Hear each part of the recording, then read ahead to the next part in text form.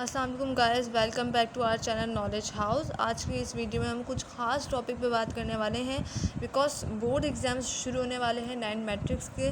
तो हम उनके लिए, उन स्टूडेंट्स के लिए, साइंस एंड जनरल स्टूडेंट्स के लिए कुछ इंपॉर्टेंट चीज़ें लेकर आए हैं जिससे आपको बहुत ज़्यादा हेल्प रहेगी पेपर को अटैम्प्ट करने में, पेपर की तैयारी के लिए। So let's start. तो जो पॉइंट्स हम कवर करने वाले हैं उनमें इम्पॉर्टेंट पॉइंट्स फॉर MCQs और कुछ गैस पेपर्स के बारे में डिस्कशंस करेंगे और किस तरह हम जो है वो सॉल्व कर सकते हैं MCQ पेपर को, और कुछ टिप्स और ट्रिक्स हम बताएंगे बोर्ड एग्ज़ाम्स जो हैं उनको करने के लिए। सो ये पॉइंट्स हम कवर करने वाले हैं। सबसे पहले हम बात करते हैं important points of MCQs। Let's suppose हम फिज़िक्स के पेपर की बात करते हैं तो आपको मस्ट पता होने चाहिए name of physical quantity and their units. Physical quantity और उनके यूनिट्स के बारे में आपको ज़रूर पता होना चाहिए। फिज़िक्स के पेपर में मस्ट आते हैं लाइक मास, टाइम, लेंथ वगैरह। सो आपको ये ज़रूर पता होना चाहिए। ब्रांचेस ऑफ फिज़िक्स आपको ज़रूर पता होना चाहिए बिकॉज आपने देखा होगा बोर्ड एग्ज़ाम्स में हमेशा ऐसा ज़रूर होता है कि फ़िज़िक्स के ब्रांचेस जो हैं उन पर फोकस ज़रूर होता है, तो इसको आप अच्छे से पढ़ के जाइएगा। SI unit of torque, acceleration, force, pressure, energy, volumetric expansion, value of constant small g और कैपिटल G, ये भी आपको अच्छे से पता होना चाहिए। न्यूमेरिकल्स ऑफ मिरर फार्मूला, ये आपको ज़रूर पता होना चाहिए बिकॉज ये भी जो है आपके ज़रूर आते हैं numericals of mirror formula. Then हम बात करते हैं equation of motion. Equation of motion भी ज़रूर आती है और न्यूटन्स लॉ ऑफ मोशन आपको ज़रूर पता होना चाहिए। फिजिक्स के पेपर में ज़रूर आते हैं, ये देखा गया है बोर्ड्स के पेपर में। Example of states of equilibrium, ये आपको ज़रूर पता होना चाहिए। मोस्टली स्टूडेंट्स क्या करते हैं कि स्टेट्स ऑफ इक्विलिब्रियम तो पढ़ लेते हैं, याद कर लेते हैं, उसे अच्छे से समझ लेते हैं, बट उनकी एग्जाम्पल्स नहीं पढ़ते। ये सोचते हैं कि ये एग्ज़ाम्स के पॉइंट ऑफ व्यू के हवाले से नहीं आ सकती है, इम्पॉर्टेंट नहीं है, बट ऐसा नहीं है। स्टेट्स ऑफ इक्विलिब्रियम इसकी जस्ट एग्जांपल्स भी आती हैं और आ सकती हैं, सो आप इस पे फोकस करेगा। और 10 इयर्स के MCQs मस्ट पढ़ के जाएगा बिकॉज ये भी बहुत ज़्यादा इंपॉर्टेंट है। ये आते हैं, रिपीट होते हैं, तो आप इसको पढ़ के जाइएगा। गैस पेपर आपको ज़रूर पढ़ना है। मार्केट में ऐसे बहुत से गैस पेपर आते हैं जिनके क्वेश्चन मोस्टली आपके पेपर में आते हैं, सो आपको ये ज़रूर पढ़ना है और इसको अच्छे से देख के जाना है। अच्छा जी, अगर if you don't know answer of MCQs, अब ऐसा हुआ कि आप बहुत पढ़ के गए हैं और उसके बावजूद भी आपको आंसर नहीं आ रहा, सो आपके पास कोई ऐसा क्वेश्चन आया जिसकी ऑप्शंस में लाइक ऑल ऑफ दीज और नन ऑफ दीज ऑप्शन है, सो अगर आपको आंसर नहीं आ रहा तो आपने ये ट्रिक करनी है कि अगर उसके ऑप्शन में नन या ऑल ऑप्शंस आप जो है उस पर टिक लगा दें बिकॉज 70% केसेस में यही होता है कि ये करेक्ट आंसर हो सकता है नन या फिर ऑल। सो अगर आपको नहीं आ रहा तो उस केस में आपने इस तरह से ये ट्रिक आजमानी है। देन हम बात करते हैं avoid of extremes of answer is number base. अगर ऑप्शंस में आपके पास 2 है या फिर 3, 4, 5 है या फिर 5 है या फिर -74 है, तो आपने क्या करना है, आपने सिंपल से ऐसा करना है कि देखिए 74 -74 और 3, 4, 5 इट साउंड्स नॉट गुड, सही, और ये अच्छा नहीं लग रहा। सो आपने क्या करना है, 2 और 5 को अपना मेन फोकस रखना है, 3, 4, 5 और -74 को निकाल देना है। तो आपके पास थोड़ा इजी हो जाएगा कि आप आंसर अब 2 ऑप्शंस में से सेलेक्ट करें। तो अपनी कैलकुलेशन करें न्यूमेरिकल की और फिर उससे आंसर निकालें, तो होपफुली आपका आंसर इन 2 में से ही आ सकता है। तो ये कुछ ट्रिक्स हैं जिनके ज़रिए आप जो है अपने MCQs को अच्छे से दे सकते हैं आंसर्स का। देन चेक यूनिट केयरफुली, अच्छे से केयरफुली आपने यूनिट्स को चेक करना है। लाइक कि आपके पास अगर क्वेश्चन आया है और आपने जो है उसकी सारे आंसर देखने हैं, उनकी यूनिट्स देखने हैं और आपको नहीं आंसर समझ आ रहा, तो आपने क्या करना है कि सारे बाकी एलिमिनेट कर देना है और सिर्फ वेलोसिटी का यूनिट देखना है, दैट इज़ मीटर पर सेकंड। तो वो आंसर आपका करेक्ट हो सकता है। अगर आपको आंसर नहीं आ रहा तो आपने ये ट्रिक कर सकते हैं। देन हम बात करते हैं when 2 choices have words that sound similar, पे क्लोज अटेंशन टू दैम। अच्छा जी, अगर 2 चॉइसेस हैं और उनके जो है यानी कि आंसर आपको बिल्कुल सिमिलर लग रहे हैं, यानी कि वेलोसिटी है और एवरेज वेलोसिटी, तो मोस्ट प्रोबेबली आंसर इन 2 में से ही हो सकता है। तो अगर आपको आंसर नहीं आ रहा इन केस, तो आप इस तरह उस आंसर को लिख सकते हैं बजाय इसके कि आप उसको छोड़ दें।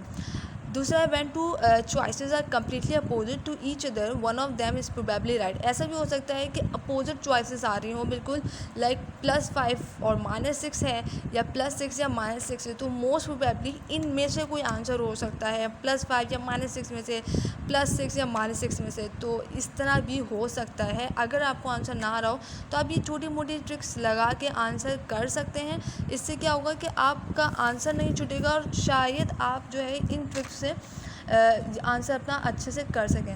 अ डे बिफोर एग्ज़ाम क्या करना है? Rest is the best for next test.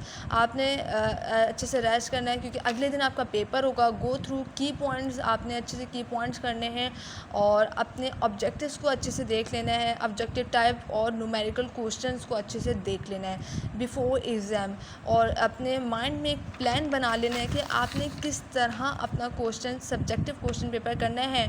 और 11:30 बजे तक आपको जाके सो जाना है पेपर से पहले जो आपके नाइट होगी, या फिर मैक्सिमम 12 बजे। ऑन एग्ज़ाम डे क्या करना है? वेकअप अर्ली इन मॉर्निंग, सुबह जल्दी उठ जाएं और फ्रेश हों और कोई स्ट्रेस ना लें और रिलैक्स रहें बिल्कुल। और जो र्यूमर्स होती हैं जिससे आप जो है वो वीक पड़ते हैं कि नहीं मेरा पेपर अच्छा नहीं होगा, आपने ये बिल्कुल नहीं सुननी। आपने हेडिंग्स को रिवाइज करनी है ऑफ मोस्ट इंपॉर्टेंट क्वेश्चन जो आपको लगते हैं ये मोस्ट इंपॉर्टेंट क्वेश्चन, तो आपने क्या करना है, उनकी हेडिंग्स को रिवाइज करना है। Check whether your accessories are complete, like admit card है, फाउंटेन पेन है, तो ये तमाम एसेसरीज जो है आपने अपनी चेक करके रखनी है। इसके अलावा extra pen, pencil, razor, large size scale, sharpener, calculator और watch. On the exam day आपने क्या करना है, यानी कि एग्ज़ाम डे वाले दिन आपने क्या करना है, अपनी लोकेशन को चेक करना है और टाइम ऑफ एग्ज़ाम ज़रूर चेक कर लीजिएगा, सही। और ये कुछ बेसिक डिटेल्स हैं जो कि आपको फिर स्ट्रेस में आपको समझ नहीं आ रही होती कि एंड टाइम पे क्या करना है। इंश्योर कि आप एग्ज़ामिनेशन हॉल में आधे घंटे पहले पहुंच जाओ और अपनी सीट में 15 मिनट पहले जाके देख लें कि आपकी बैठने की जगह कहाँ पर है, सही, क्योंकि एंड टाइम पे बिल्कुल आप पहले क्रिएट कर रहे होते। तो इस तरह ना करें, आधे घंटे पहले आप एग्ज़ामिनेशन हॉल में पहुंच जाओ, 15 मिनट पहले कोशिश कीजिए कि अपनी सीट पे जाके बैठ जाएं। Don't bother taking a bag of books with you to the exam room, सही जी। तो आपने अपने साथ कोई बैग्स वगैरह ना लेके जाएं तो अच्छा है एग्ज़ाम हॉल में और रिवाइज़ करने के लिए। Just before receiving the paper क्या करना है? Hope for the best, be prepare for the worst when you get paper. अब आपने पेपर ले लिया, अब आपने क्या करना है, अच्छे से इंस्ट्रक्शंस पढ़नी है, सारी इंस्ट्रक्शंस अच्छे से पढ़ लेनी है, क्लेरिफाई करना है वेट ऑफ क्वेश्चंस, यानी कि भाई कौन सा क्वेश्चंस कितने नंबर का है, सही 6 नंबर का है तो उसको 6 नंबर वाले को क्वेश्चन को उस हिसाब से आपने टाइम देना है, सही है। तो कौन सा क्वेश्चन ज़्यादा इंपॉर्टेंट है जो कि करना है, सही, तो आपने allocate most time to this, सही। Only now it is appropriate to start reading the questions more detail. आपने क्या करना है, अपने जो क्वेश्चंस हैं उनको इक्वल टाइम देना है।